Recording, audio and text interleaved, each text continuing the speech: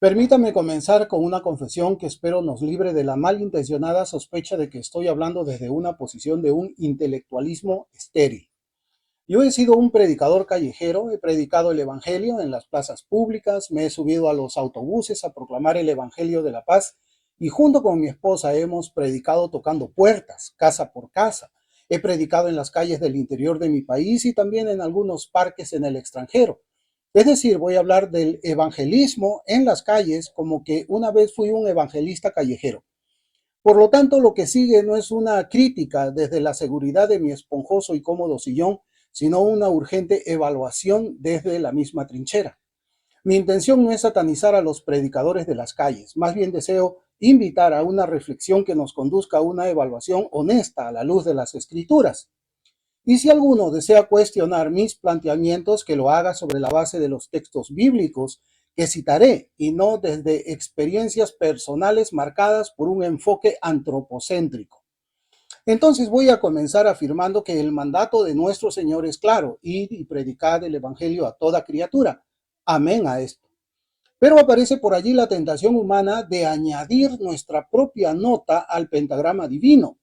En ningún lugar Cristo añadió y dijo, y la única manera legítima de hacerlo es con un megáfono en la esquina de la plaza. Decretar que la única marca de una iglesia aprobada por Cristo es su presencia ruidosa en la esquina de la calle no es fidelidad, es orgullo disfrazado de hiperactivismo religioso. Afirmar que una iglesia que no evangeliza en las calles no es aprobada por Cristo es en realidad una sofisticada forma de orgullo, activismo religioso disfrazado de fidelidad bíblica. Es una adición farisaica al mandato, un intento de elevar nuestra metodología predilecta al nivel de un dogma, lo cual, para ser francos, es la quintesencia de la ortodoxia activista. Para abordar este tema, deseo comenzar con un principio que la Biblia presenta de manera clara y que por su misma naturaleza no requiere de interpretaciones elaboradas. La Escritura establece un principio tan simple como profundo. La fe viene por el oír y el oír por la palabra de Dios, Romanos 10:17. Detengámonos y razonemos sobre esto, no sea que nuestra pasión nos haga ignorar la lógica elemental, porque esto implica algo incómodo, ya que si la gente no me oye, entonces debo preguntarme a mí mismo con la Biblia en la mente, ¿estoy predicando el Evangelio? Si la fe viene por el oír y el oyente potencial tiene sus oídos ocupados, no solo por la indiferencia, sino por la realidad tecnológica de los audífonos inalámbricos herméticos, donde los transeúntes viajan en su propio universo de ruido blanco y reggaetón existencial y las cacofonías cerebrales de un tal Bad Bunny, ¿qué estamos haciendo realmente? Pretender evangelizar así sin pensar en cómo alcanzar sus oídos es como lanzar anzuelos al aire y esperar que salten peces voladores. La pregunta que debe quemarnos la conciencia es: ¿la gente me está oyendo? Si la respuesta es un no rotundo, entonces no estamos predicando el Evangelio. Simplemente estamos gritando la ley y la gracia en un eco ensordecedor, confundiendo el volumen con la efectividad. Puedo estar recitando la ley y la gracia a pulmón abierto, pero si nadie escucha más de 10 segundos antes de pasar a su próxima notificación de TikTok, lo único que logré es entrenar mis cuerdas vocales, no ganar almas. Hablaré desde mi propia experiencia como predicador callejero. Fui tan efectivo comunicando el Evangelio como un poste de luz encendido en medio de la noche urbana. Y al igual que ocurre con el poste, las personas se apresuraban a pasar de largo ignorándome y deseosas de llegar a los lugares que realmente ellas querían ir.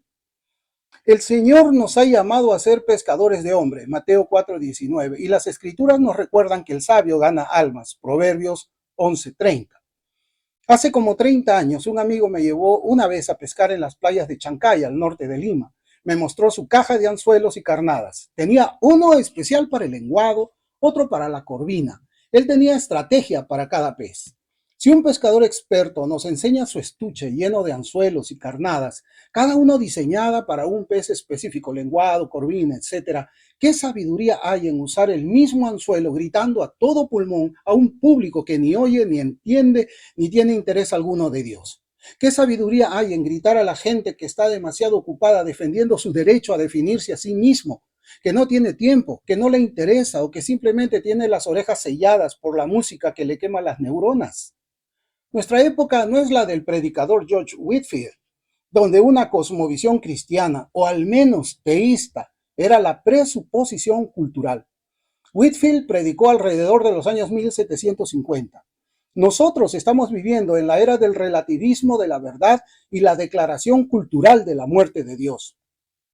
Por lo tanto, la carnada y el anzuelo deben ser diferentes. La fe viene por el oír, sí, pero el oír implica diálogo, razonamiento y persuasión. La evangelización es una batalla de ideas, no es una competencia de decibeles.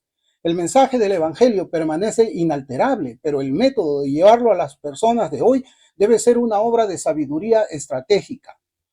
Para encontrar la sabiduría que gana almas, miremos al apóstol Pablo, el gran estratega de las naciones y de las misiones. Yo lo llamo Pablo, el evangelista que razonaba y persuadía. Observamos su práctica. El libro de los Hechos nos muestra el método del apóstol Pablo. En la sinagoga, Hechos 17:2 dice que discutía con los judíos. Una mejor traducción es razonaba con ellos, declarando y exponiendo por medio de las escrituras. Razonaba con ellos por 3 días, Hechos 17:2. Lo mismo en Hechos 18:4, donde discutía y persuadía a judíos y a griegos. En Éfeso, Hechos 19:8, nos muestra a Pablo discutiendo y persuadiendo acerca del reino de Dios por espacio de 3 meses. Habló con denuedo, discutiendo y persuadiendo acerca del reino de Dios. El método paulino es tripartito y profundamente intelectual. Nunca fue un monólogo gritando. Pablo predicaba sí, pero lo hacía razonando y discutiendo y además persuadiendo. Si no hay esos 3 elementos, que te oigan, que razones, que persuadas, no estamos siguiendo el método apostólico. Es decir, primero, debemos asegurarnos que nos oyen, que la persona está escuchando. Recordemos que la fe viene por el oír. Segundo, discusión o razonamiento, lo que implica entrar en el espacio mental del oyente para desmantelar sus presuposiciones. Tercero, persuasión, conducir al oyente a la obediencia de Cristo a través de argumentos sólidos. En el evangelismo callejero ruidoso, ¿encontramos el método bíblico enseñado por el apóstol Pablo? Así que la pregunta es inevitable. ¿Es bíblico el evangelismo callejero que hoy se practica? En la mayoría de los casos la respuesta es un rotundo no. Y ya que estoy hablando de discutir y razonar, hablaré algo del legado de Francis Schaeffer. Comenzaré con una pregunta. ¿Era falsa la iglesia del Dr. Francis Schaeffer porque no predicaba en las calles? La pregunta es, por supuesto, una sátira. Por supuesto que no. Schaeffer, el apologeta que pescaba con el cerebro desde el puesto de avanzada de la Brie, comprendió la época posmoderna antes que muchos la vieran venir. En la Brie, él predicaba el evangelio a través de conversación, razonamiento y hospitalidad. Allí se discutía, se persuadía y también se oraba. Demostró que en nuestra era posmoderna el método apostólico de la discusión y la persuasión no solo es efectivo, sino esencial. El Dr. Schaeffer fue usado por el Señor no solo para la conversión de incrédulos, sino para formar soldados apologetas que luchen contra la corriente cultural de este tiempo anticristiano.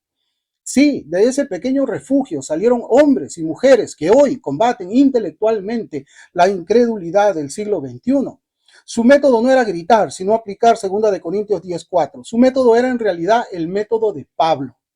Porque las armas de nuestra milicia no son carnales, sino poderosas en Dios para la destrucción de fortalezas, derribando argumentos y toda altivez que se levanta contra el conocimiento de Dios y llevando cautivo todo pensamiento a la obediencia a Cristo. Segunda carta a los Corintios 10:4-5.